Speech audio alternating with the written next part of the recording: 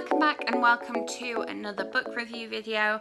I decided I wanted to make a video talking about this one because I just so enjoyed reading it and talking about it with somebody else, so I thought I wanted to highlight it. So I am going to be talking about Black Enough, which is stories of being young and black in America, and this is edited by Ibi Zoboi. Unfortunately, because this is a library book, it's got the coating on, so it's very, very shiny, but there, if you can see there, that's the different authors.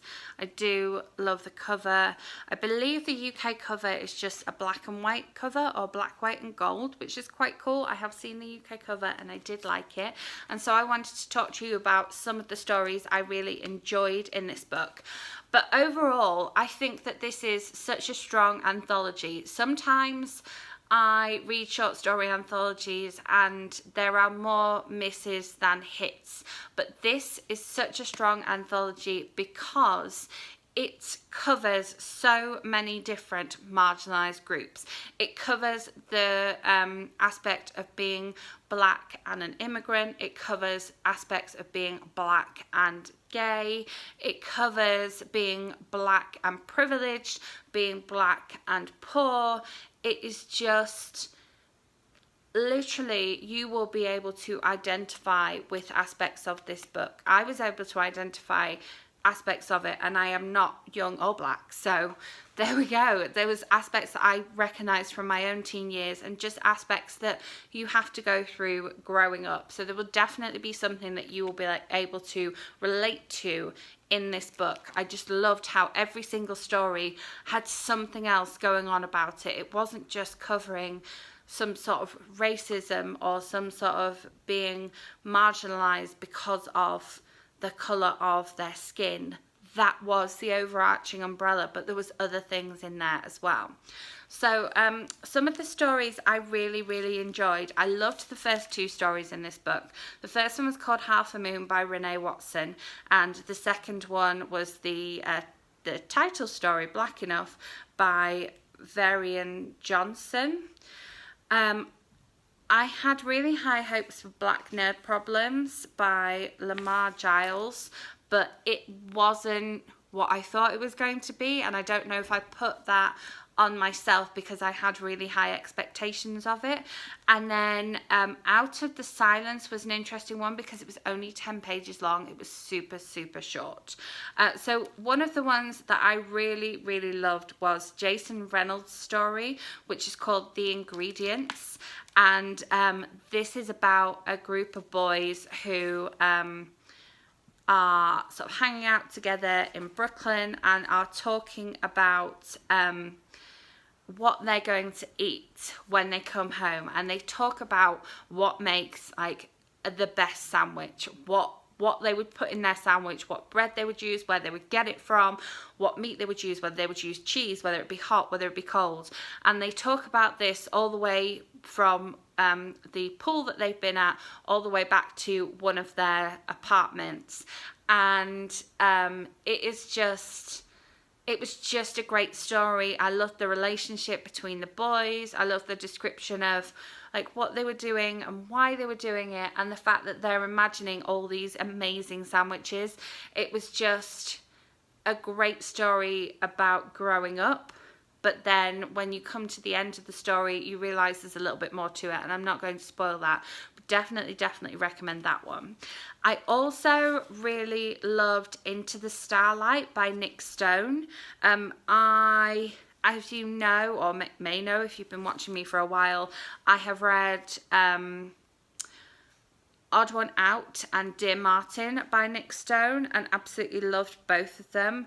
And I really enjoyed Into the Starlight because it was a bit of a love story. It was a bit of a, not quite a meet cute, but it was a love story of a teenage girl being a bit of a rebel and going out with a boy she knew her mother probably wouldn't approve of for various reasons, and going places that her mother probably wouldn't approve of for various reasons, but kind of addressing those reasons throughout the story, and addressing ideas and stereotypes that had been put on the two sides of her town, and had been put on a particular guy and his girlfriend or ex-girlfriend. And I just, again, that was something that I could identify with from growing up myself, but there was extra racial aspects to it as well. And I just really loved the story. I thought it was really well developed and could even have developed into something further. And then finally, the last story in the book is Ibi Zoboi's story. It is called, let me find it. It's called The Revolution of Nigeria Jones, but you can see the R is in brackets there. And this one we had an awful lot of discussion about, because it really felt like the beginning of a longer book.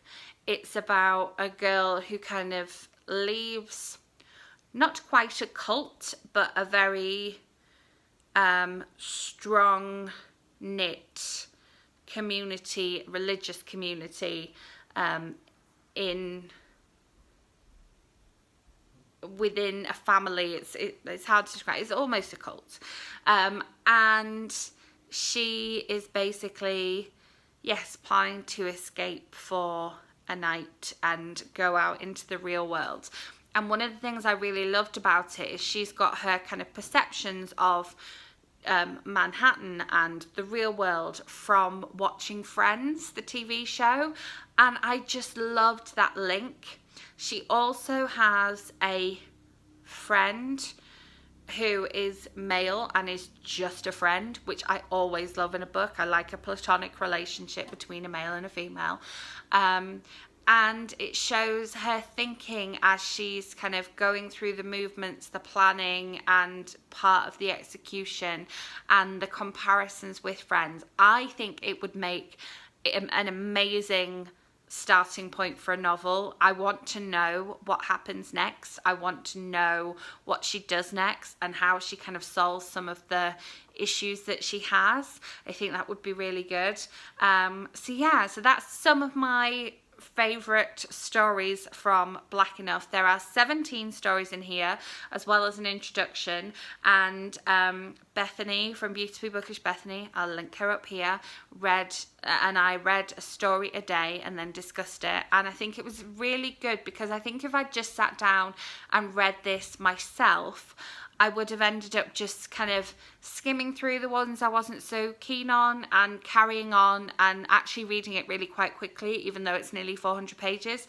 And I think that because we sat down and we talked about it after each story, and we didn't move on to the next one until the next day, I just think that we thought about it a lot more, and really this book kind of covers everything, and in a really good way. Each story is very different. The first two stories in the book were both really, really good, but both so different from each other. Could not have been more different from each other.